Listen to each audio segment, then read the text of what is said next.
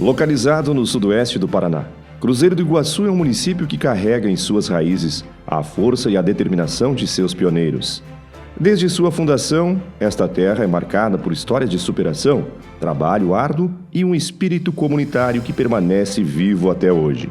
Conheça a história que transformou este lugar no lar de tantas famílias. Sou nascido na cidade de Roca Salas, do Rio Grande do Sul. A gente veio com meus pais, moramos aqui em Foz do Chupim, no ano de 1965. Nascido em Campo Novo, Santa Catarina, no ano 47. Só passou a dieta da minha mãe, aí nós viemos para o Verê. Aí no Verê, no ano 52, meu pai arrumou um negócio para vir fazer cachaça e doce aqui na costa do Rio Iguaçu. Eu nasci no município de Braço do Norte, Santa Catarina, 15 de fevereiro de 1944.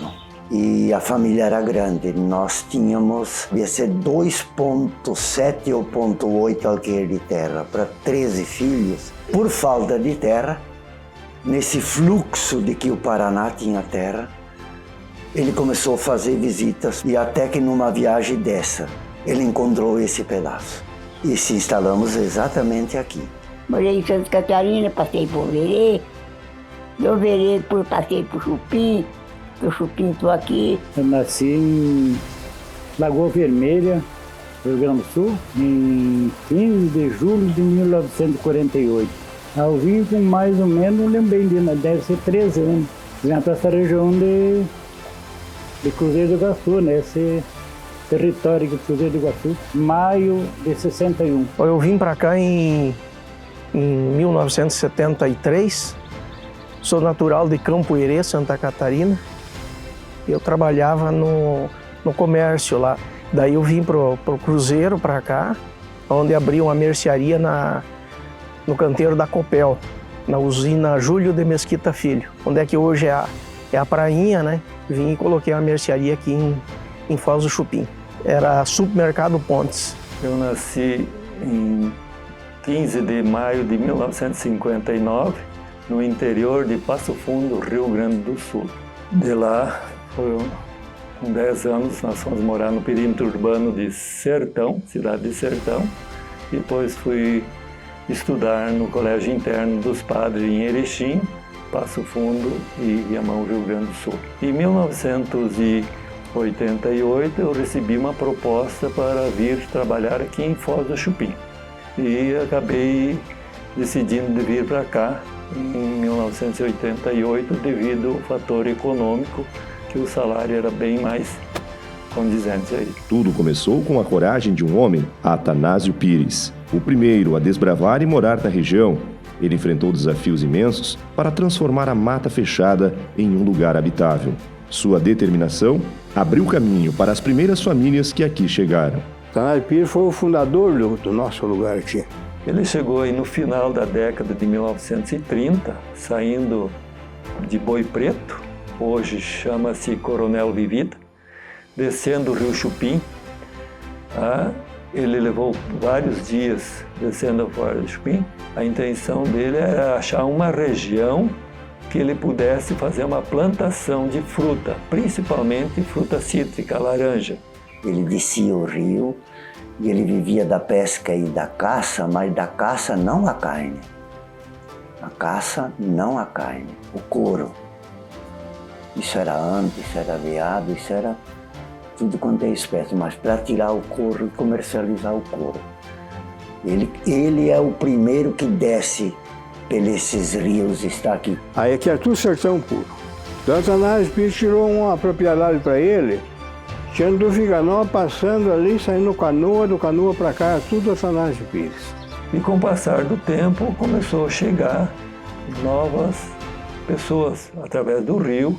Curiosamente, o nome desta região carrega histórias únicas. O local, que ficou conhecido como Miserável, recebeu esse apelido por conta das dificuldades enfrentadas pelos primeiros moradores. Já Divisor foi referência à localização geográfica que separava terras. Finalmente, o nome Cruzeiro do Iguaçu surgiu como símbolo de fé e da força das águas do Rio Iguaçu, que sempre foi essencial para a região. Seu Atanásio, quanto à questão das caças, diz que um Um belo dia ele e os filhos estavam caçando e mataram 10 antas. E só tiraram o couro e jogaram a carne na água. O senhor Atanásio Pires deu uma grande enchente quando ele desceu numa viagem dessa. Ele não pôde mais voltar por causa das quedas. A enchente não permitia ele subir o rio. E a caça, que era abundante, não aparecia. E a fome apertou. Aí diz, né, o pessoal diz que o seu Atanásio carneou uma das cachorras para poderem se alimentar. Daí o seu Atanásio considerou isso um castigo, por ele ter jogado fora aquela carne, tudo. E agora está fazendo falta. Então ele falou, esse lugar é tão miserável, que nós não temos nem comida aqui. Tá? E daí esse local ficou chamado de Miserável. Tá? E esse local ficou até 1952, o pessoal conhecia como Miserável. De Miserável passou para Divisor, aí de Divisor passou para Cruzeiro. Como aqui era Francisco Beltrão, o patrulheiro saiu de Beltrão e veio vindo. Não sei por tudo onde ele veio, mas terminou no Cruzeiro, patrulhando estrada onde ele ia patrulhando estrada. Seu Roberto Grando, que era o chefe de máquinas, ele que acompanhava as obras, era dizer que seria o secretário na época. Aí o Roberto Grando, uma noite, disse que estava conversando com os amigos no bar do seu Gonçalves, uma coisa assim, Azeredo. Uns chamavam de Divisor, outros Miserável. Um lugar bonito, a constelação do Cruzeiro ali. E lá embaixo, nós estamos por lá, Sumiguaçu. Daí ele decidiu de pôr no relatório dele. Lá ele coloca então essa história que ele então pôs Cruzeiro do Iguaçu. 52, ele pôs esse nome ali. Nos primeiros anos, a produção agrícola era modesta, insuficiente para sustentar a economia local. Foi o comércio de porcos que impulsionou a região. Criadores transportavam os animais por longas distâncias para vendê-los, movendo a economia e garantindo o sustento das famílias. Fizemos cachaça e açúcar lá também. Fazia cachaça e açúcar, plantava. Depois plantava arroz, plantava coisa. Só que não tinha comércio quase para vender. Era longe para sair, para vender as coisas. O que comer nós tinha bastante, mas para vender que era difícil. Na época já tinha uma comparação, daí o pai comprou um sítio aqui, já tinha um abacaxizado que vivia, e banana também, vendia banana. Meu pai, pelo menos, ele lutava com safra de porco, né? Mas meu pai comprou um sítiozinho aqui, onde a gente tem ainda um pedacinho ali, era com abacaxi, vendia banana, vendia pouco, mas vendia para o gasto também tinha. A base que nós tinha para dizer é o dinheiro mensal, quase assim, era o suíno, era o porco. Não tinha um agricultor que você chegasse que não tinha produção de porcos. E tinha comércio e vendia tudo. Era só caminhonetas carregadas de porco e buscando e levando. Todo dia era assim. Cada mês, cada 2 meses, você vendia um lotezinho, 10, 15, 20 porquinhos e ia embora. O dinheirinho entrava. Isso mantinha, não tinha leite. Não era comercializar leite como depois veio. A safra de porco, o cara chegava no meio da mata, abria uma roça grande e daí criava porco solto. Fazia umas encerras, fechava os porcos para os porcos criar, e daí encerra é de madeira feito. E aí criava os porcos soltos. Tinha 3 safras de porco do Ganducha, uma safra era do Vicente Salmori e uma safra era do Lávio Vieira. Tinha 5 safras de porco. O que mais tinha aqui em Sabarra era porco.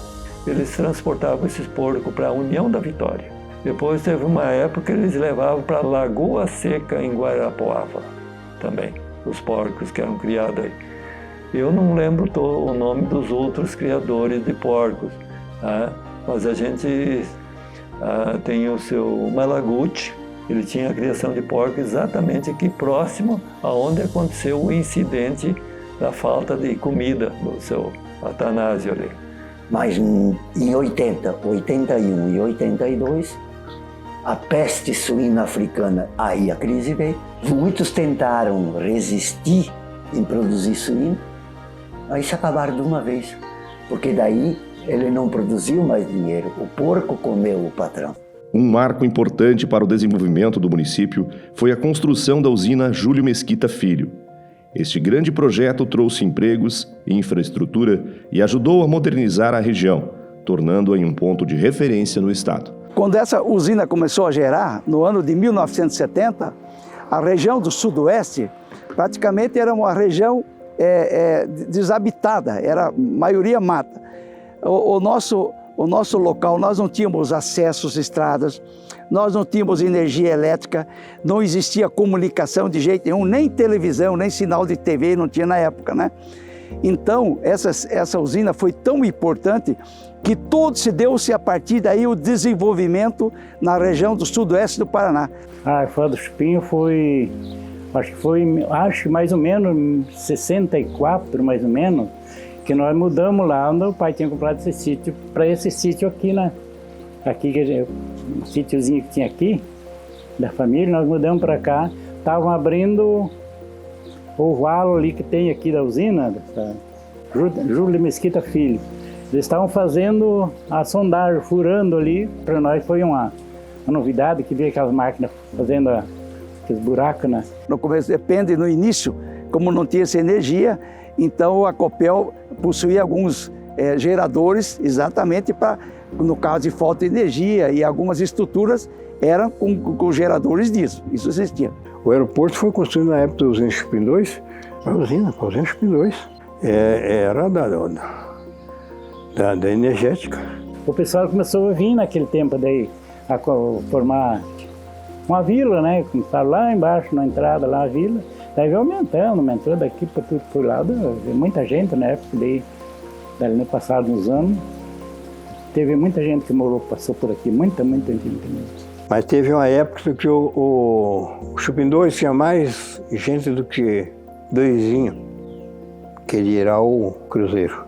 Mais ou menos mil e poucas pessoas, havia a vila residencial toda aqui próxima, né? Então toda a estrutura aqui que a população precisava era aqui dentro da usina, né? A conclusão da usina, a inauguração dela deu-se no dia 26 de janeiro de 1970. A luta pela emancipação foi um marco na história de Cruzeiro do Iguaçu.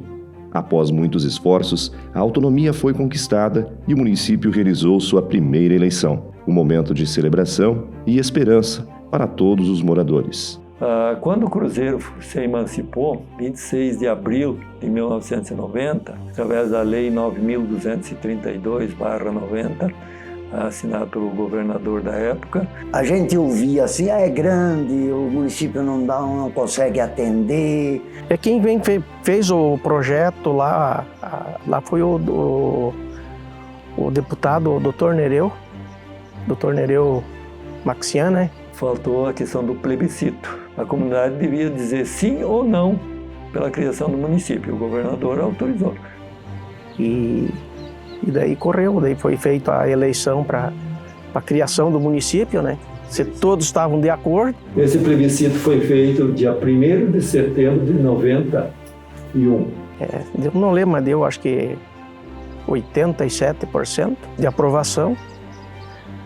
Daí foi quando começou a cogitar os nomes dos candidatos a prefeito, né? Prefeito e vice-prefeito.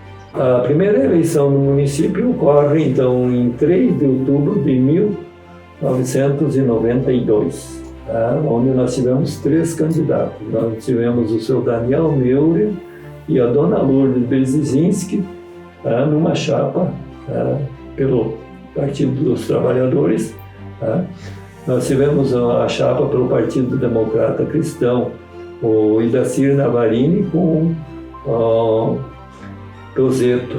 Moacir Tozeto, de Foz do Chupim. E tivemos a terceira chapa com o Luiz Pontes e o Dr. Paulinho, pelo partido PDT-PDS. Elegeu o Luiz Pontes, prefeito. O fácil foi ganhar a eleição. O difícil foi de administrar, porque não tinha nenhuma caneta, né? E daí nós começamos a pôr a equipe boa a trabalhar e tal, e tivemos grandes realizações. Hoje, Cruzeiro do Iguaçu é mais do que um lugar no mapa. É uma comunidade unida, um refúgio de paz e exemplo de superação. Quem vive aqui sente o orgulho de fazer parte dessa história e contribuir para um futuro ainda mais promissor. Que essa nossa região é uma região muito boa, muito boa. É muito bom da gente viver aqui, muito sossegado, lugar bom. Planto que a gente puder plantar, aqui dá de tudo, dá fruta, dá de tudo. Eu tenho muito orgulho. Criei toda a minha família aqui, né? E graças a Deus estão tudo bem. Nós gostamos daqui. Nós somos felizes aqui. Cruzeiro do Iguaçu. Uma história escrita com coragem, trabalho e união. Um lugar onde o passado inspira o presente e ilumina o futuro.